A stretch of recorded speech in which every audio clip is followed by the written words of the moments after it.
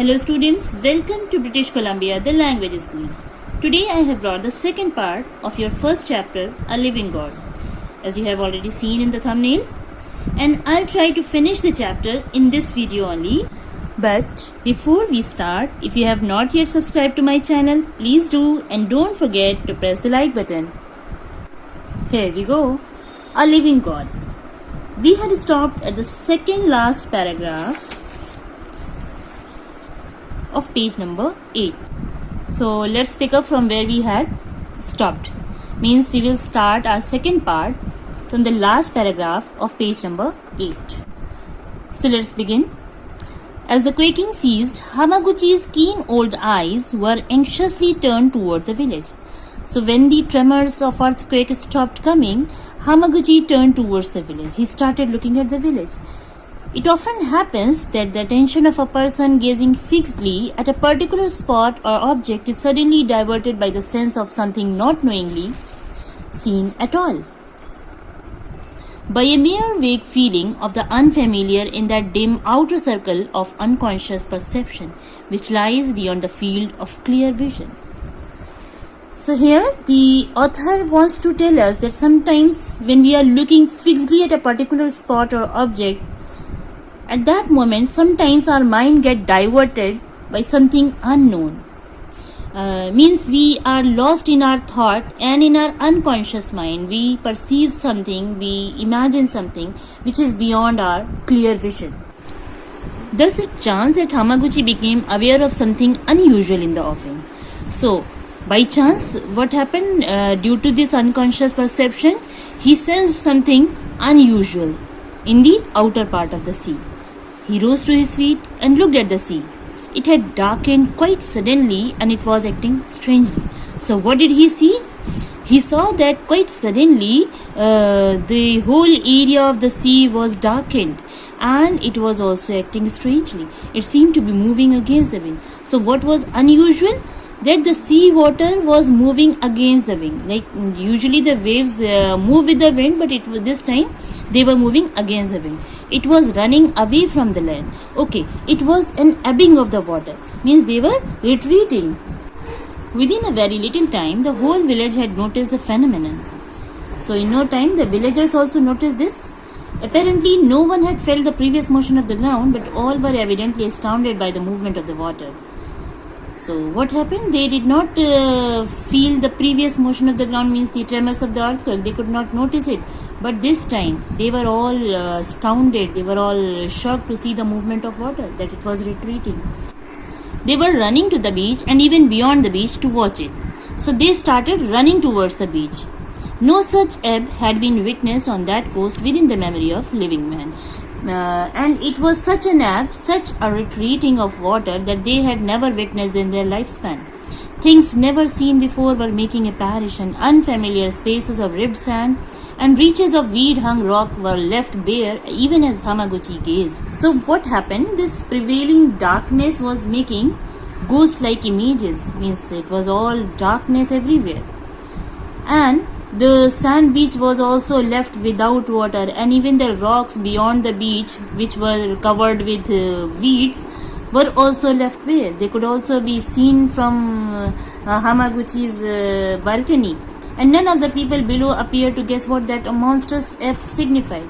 And the villagers could not understand this retreating of water. Hamaguchi Gohi himself had never seen such a thing before, but he remembered things told to him in his childhood by his father's father, and he knew all the tradition of the coast. So Hamaguchi had not seen any such thing before in his life, but he remembered the stories that were told by his grandfather. So he was quite aware of all the happenings of the coast. He understood what the sea was going to do. Since he knew all the happenings of the coast, so he had understood what the sea was going to do. Means there was a great danger. He had sensed that. Perhaps he thought of the time needed to send a message to the village or to get the priest of the Buddhist temple on the hill to sound their big bell. Now he started thinking what will take less time to send a message to the villagers, whether he should go to the priest of a Buddhist temple, because there used to be a big bell that was rung at the time of any danger. But it would take very much longer to tell what he might have thought than it took him to think. And he also thought that it will take a longer time to tell the people what he was thinking, and he had no time. He simply called his grandson. So what happened? He did not waste it any time. Quickly he called his grandson. Tada, quick, very quick, light me your torch. He asked him to light a torch. Taimatsu or pine torches are kept in many coast dwellings for use on stormy nights and also for use at certain Shinto festivals. So pine torches are also known as taimatsu in Japanese. So there were many such pine torches on the coastal houses because they were used on the stormy nights, and also they were used in the Shinto festivals. The child kindled a torch at once, and the old man hurried with it to the fields, where hundreds of rice stacks representing most of his invested capital stood awaiting transportation. Now quickly Tada gave him a lighted torch, and the man rushed to his fields, rice fields. In that field, his rice stacks, all cut and dried, were kept, and they were ready to be transported. And he had also invested most of his money in that rice field. So, what is running in his mind? It's quite suspensive. What he is going to do with that lighted torch in his rice field? Let's see. Approaching those nearest the verge of the slope, he began to apply the torch to them. Oh my God! What did he do?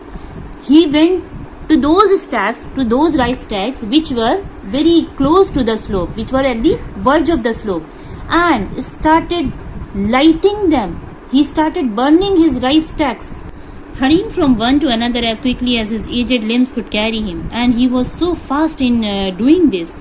The sun-dried stalks caught fire like tinder. The strengthening sea breeze blew the blaze landward, and presently, rank behind rank, the stacks burst into flame, sending skyward columns of smoke that met and mingled into one enormous cloudy whirl. So what happened? These stacks, rice stacks, were all sun-dried, so they caught fire like tinder, and the sea breeze that was blowing was strengthening the blazes from the landward.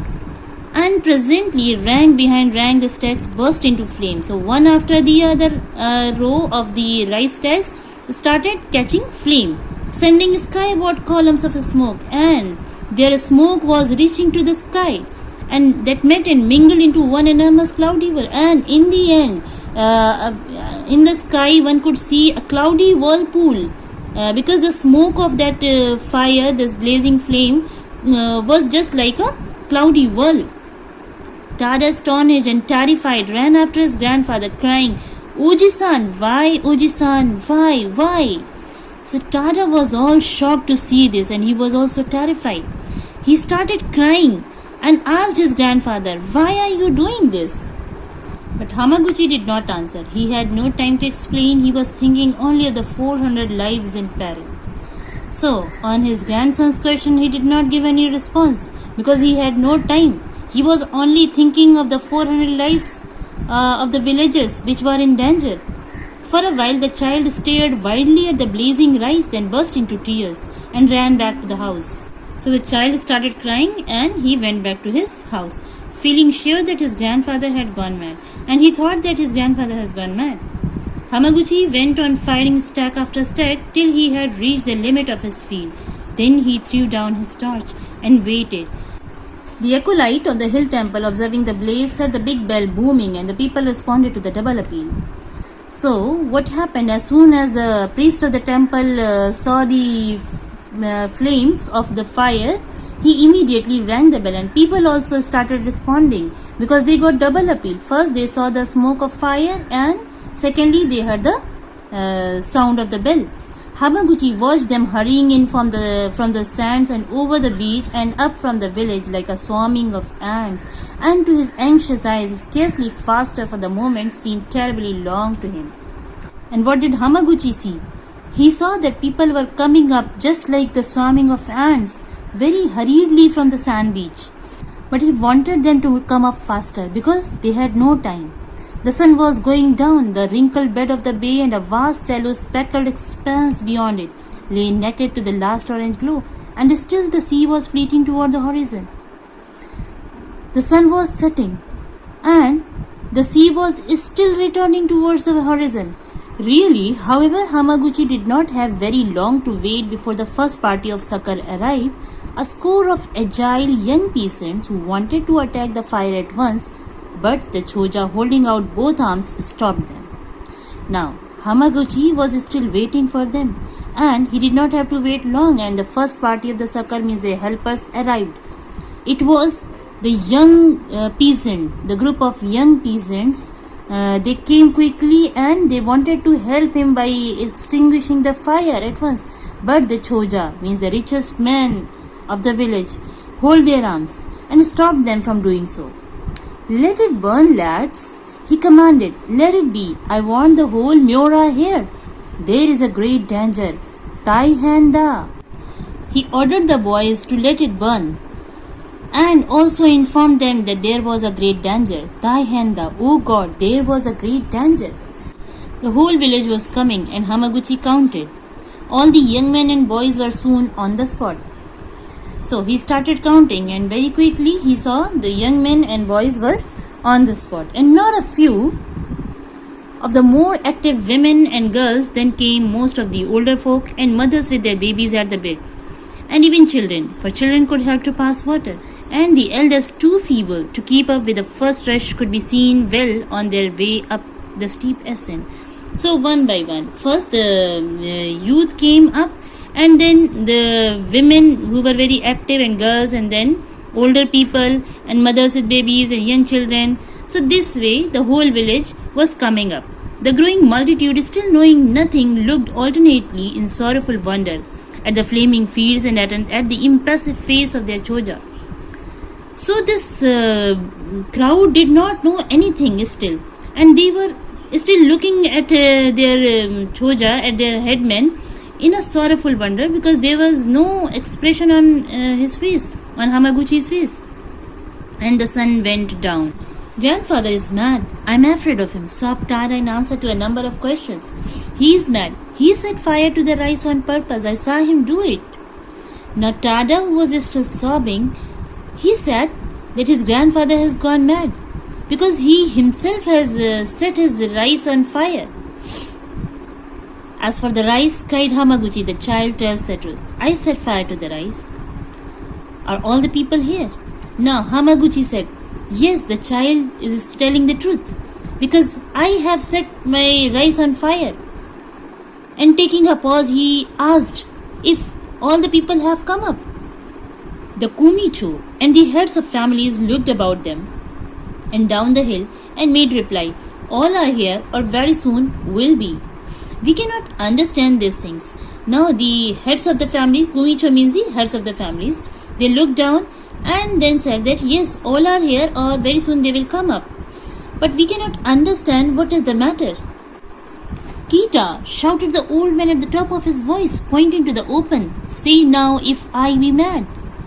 And now the old man Hamaguchi shouted at the top of his voice and showed them the open sea. Pointed towards the open sea where the waves were returning. That was the great monstrous ebb. He showed them that place and asked them, now tell me if I am mad. Oh, it was an indication of tsunami. The great returning of the whole sea was an indication of tsunami. And it was just about to come within the seconds. So till here we got to know that the man saved his people from the coming danger. Oh, it was a great danger. Tsunami. Yes, and here we are going to stop. From here we will continue in the next part 3, and definitely we will finish in the whole chapter in that part. So here we stop, and we'll see you in the next video. Till then, take care and bye bye.